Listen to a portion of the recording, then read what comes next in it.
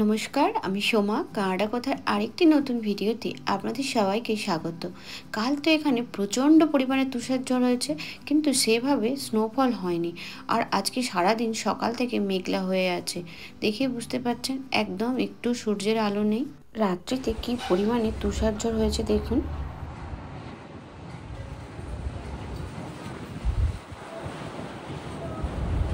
কালকে থেকে তো প্রচণ্ড এখানে স্নো ঝড় হয়েছিল। তো আজকে আমরা এখন একটু বেরিয়েছি ইন্ডিয়ান মার্কেটে যাবো বলে। কালকে আমাদের এখানে সরস্বতী পুজো আছে, আমরা একটু ছোট্টভাবে সরস্বতী পুজো করব। আর যেহেতু সামনেই ইন্ডিয়ান মার্কেটটা আমার বাড়ির জাস্ট পেছনেই, তো ওখানে আজকে যাবো মার্কেটিং করতে। খুব ঠান্ডাও আছে, ঠান্ডা হাওয়াটাও আছে। কালকে যেহেতু ঝড় হয়েছিল ওই জন্য ঠান্ডাটাও আছে প্রচণ্ড। শুক্রবার যখন শ্রেয়ানকে স্কুল থেকে নিয়ে আসলাম তখন থেকেই ঝড়টা শুরু হয়েছে। আর এখানে ঝড় মানে সে ঠান্ডা হাওয়ার একটা ঝড়। আর রাস্তার এক পাশ থেকে অন্য পাশে হেঁটে যেতে গেলেও যেন মনে হবে আপনাকে উড়িয়ে নিয়ে চলে যাবে। তো খুবই মারাত্মক ঝড় হয়েছে কালকে সেই দুপুর থেকে আজকে সকাল অবধি। তো এখন আকাশটাও জন্য মেঘলা মেঘলা আছে। আর বাড়িতে একটু ছোট্ট করে সরস্বতী পুজো করব। আমরা বাঙালি, সরস্বতী পুজো ছাড়া কি আর হয়? তাই বাড়ির পেছনেই এই ইন্ডিয়ান মার্কেটটা আছে, ওখানেই যাব মার্কেটিং করতে। আর দেখুন গাড়িগুলো যেহেতু ঝড় হয়েছিল তাই জন্য ঝড়ের হাওয়া যেই দিকে গেছে সেখানে স্নোগুলোকে আটকে দিয়েছে। যদিও বাড়ির পেছনে মার্কেট, তবুও কিন্তু এত সেই জ্যাকেট টুপি সব কিছু পরে বেরোতে হবে। 1 মিনিট রাস্তায় বেরোতে গেলেও আপনাকে সেই জ্যাকেট, জুতো, জামা, গ্লাভ সব কিছু একদম পরিপাটি করে না বেরোলে আপনি রাস্তাতে বেরোতেই পারবেন না। আর যেহেতু কালকে ঝড়টা হয়েছে ওই জন্য আজকে ঠান্ডার পরিমাণটা খুবই বেশি।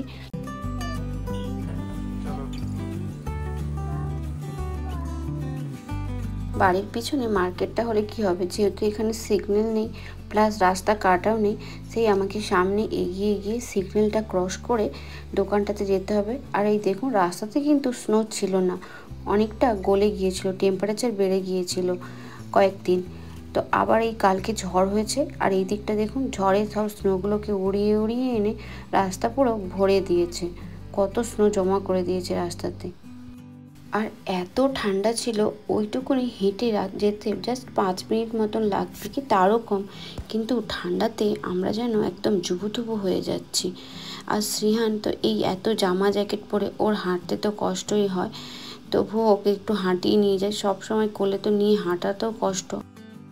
আমরা ইন্ডিয়ান স্টোরে গিয়েছিলাম কিছু পুজোর জন্য জিনিসপত্র কিনতে, তার সাথে গিয়েছিলাম যদি একটা ছোট্ট সরস্বতী ঠাকুরের মূর্তি পাওয়া যায়, কারণ আমার কাছে ছোট্ট সরস্বতীর মূর্তি ছিল না। আমি যখন বাড়ি থেকে আসি শুধু রাধাকৃষ্ণ আর লক্ষ্মীর মূর্তি নিয়ে এসেছিলাম।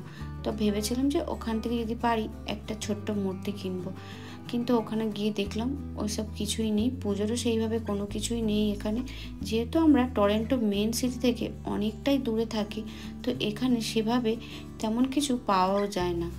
আর একটু ভাবলাম পুজোর জন্য কিছু ফ্লাওয়ার ডেকোরেটিভ কিনবো, কিন্তু এগুলো সেখানে ছিল না। এখানে এগুলো ছিল মূলত ওই দীপাবলি বা কালী পুজোর সময় যেগুলো এনেছিল ওইগুলোরও কিছু সেল চলছিল, সেরকম কিছু পেলাম না, তাই নিলাম না। আমি শুধু একটু সুজি নিলাম ঠাকুরের পুজোর জন্য।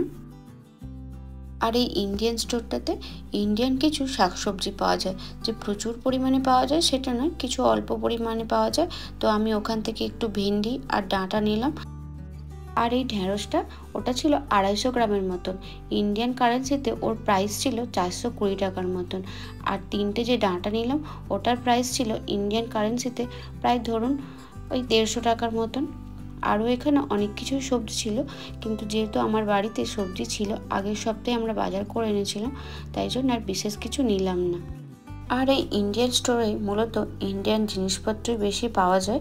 তবে আমাদের এই ইন্ডিয়ান স্টোরটাতে কোনো মাছ মাংস এইসব জাতীয় কোনো জিনিস পাওয়া যায় না, শুধু ভেজিটেবল, চাল ডাল আর বাকি যা যাবতীয় জিনিস পুজোর সামগ্রী সবই এখানে মোটামুটি পাওয়া যায়। তবে যে খুব বিশাল বড় স্টোর সেটা কিন্তু নয়। আর এইখান থেকে একটু পুজোর জন্য অল্প করে মিষ্টি নিয়ে নিলাম। আর কালকে আর আসবো না, একদম নিয়ে গিয়ে রেখে দিচ্ছি, কারণ এই ঠান্ডার সময় বারবার আসাটাও খুব চাপ। আজকে একটু তাড়া ছিল, তাই জন্য সেভাবে এই স্টোরটার ভেতরে ভিডিও করে উঠতে পারিনি। সামনে আমি একটা এই ইন্ডিয়ান স্টোরের ভেতর কি কি পাওয়া যায় সেটা নিয়ে একটা ভিডিও বানিয়ে আপনাদের সাথে শেয়ার করব। আরও কয়েকটা পুজোর জিনিস কেনার ছিল যেগুলো এই দোকানে পাইনি, তো সামনে সেবন মার্কেটে যাব বলে ভাবলাম, কিন্তু এত ঠান্ডা আমরা আর গেলাম না।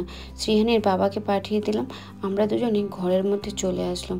প্রচণ্ড পরিমাণে ঠান্ডা ছিল আজকে, আর রাস্তাগুলো যেন ফ্রিজিং হয়ে গেছে পুরো ঠান্ডাতে। আর বাড়ির সাথে কথা বললাম, ওরা বললো রবি আর সোম 2 দিন পুজো পড়েছে, তো আমরা ভাবলাম রবিবারটাতেই করি, কারণ সোমবার শ্রীহানের বাবার অফিসও আছে, তার সাথে শ্রীহানের স্কুলও আছে।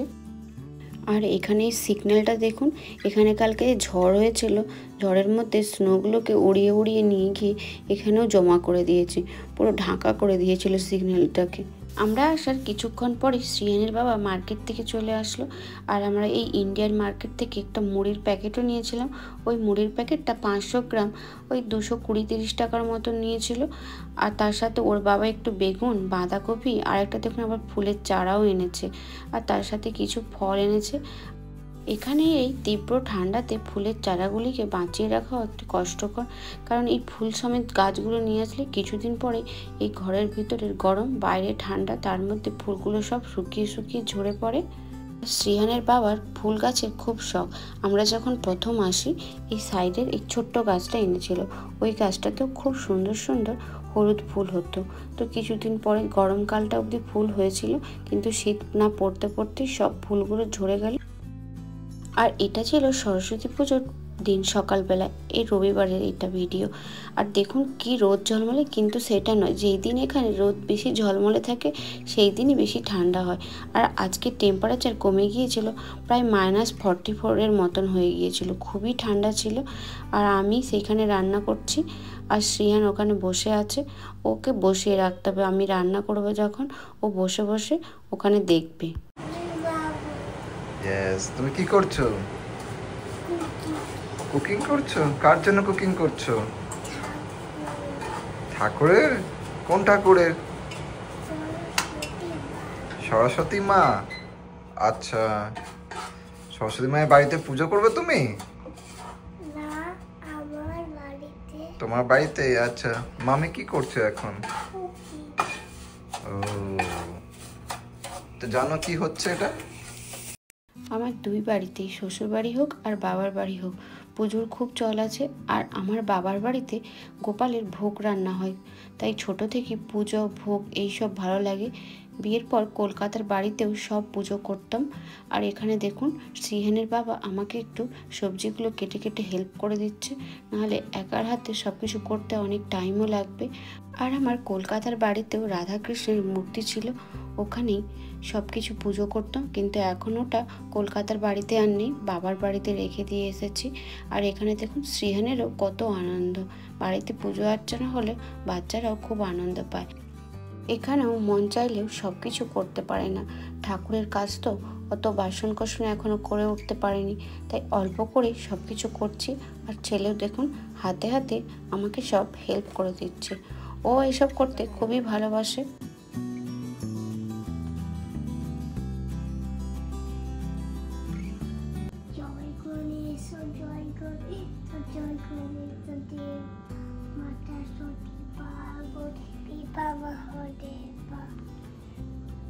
শ্রীকৃষ্ণ গোবিন্দ হরে মুরারে হে নাথ বাসুদেবায় নমঃ।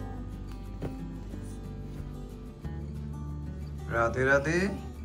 প্রেয়ার করো রাধে রাধে উপাকুল শ্রীকৃষ্ণ গোবিন্দ হরে মুরারে হে নাথ নারায়ণ বাসুদেবায় নমঃ। নলেজ দাও, দ্যাটস নলেজ। আর book knowledge, book knowledge, playing knowledge, আর কিসের কিসের writing knowledge, drawing knowledge, eating knowledge. Okay যেহেতু বলেছি সরস্বতী মা আমাদেরকে নলেজ দেয়, বিদ্যা দেয়, তাই এইভাবে ঠাকুরের কাছেও বলছে। আমি হয়তো পুজো সেইভাবে তেমন কিছু জানি না, কিন্তু তবুও নিজের মন থেকে ভক্তি ভরে ছোট্ট শ্রীহানকে নিয়ে পুজোটা করলাম। আজকের ভিডিওটি এখানেই শেষ করলাম। সামনে আরও অনেক নতুন নতুন ভিডিও নিয়ে আসব। আজকের ভিডিওটি ভালো লাগলে অনুগ্রহ করে একটু সাবস্ক্রাইব করে নেবেন, সাথে লাইক কমেন্টে জানাবেন কেমন লাগলো আপনাদের। সবাই ভালো থাকবেন, ধন্যবাদ।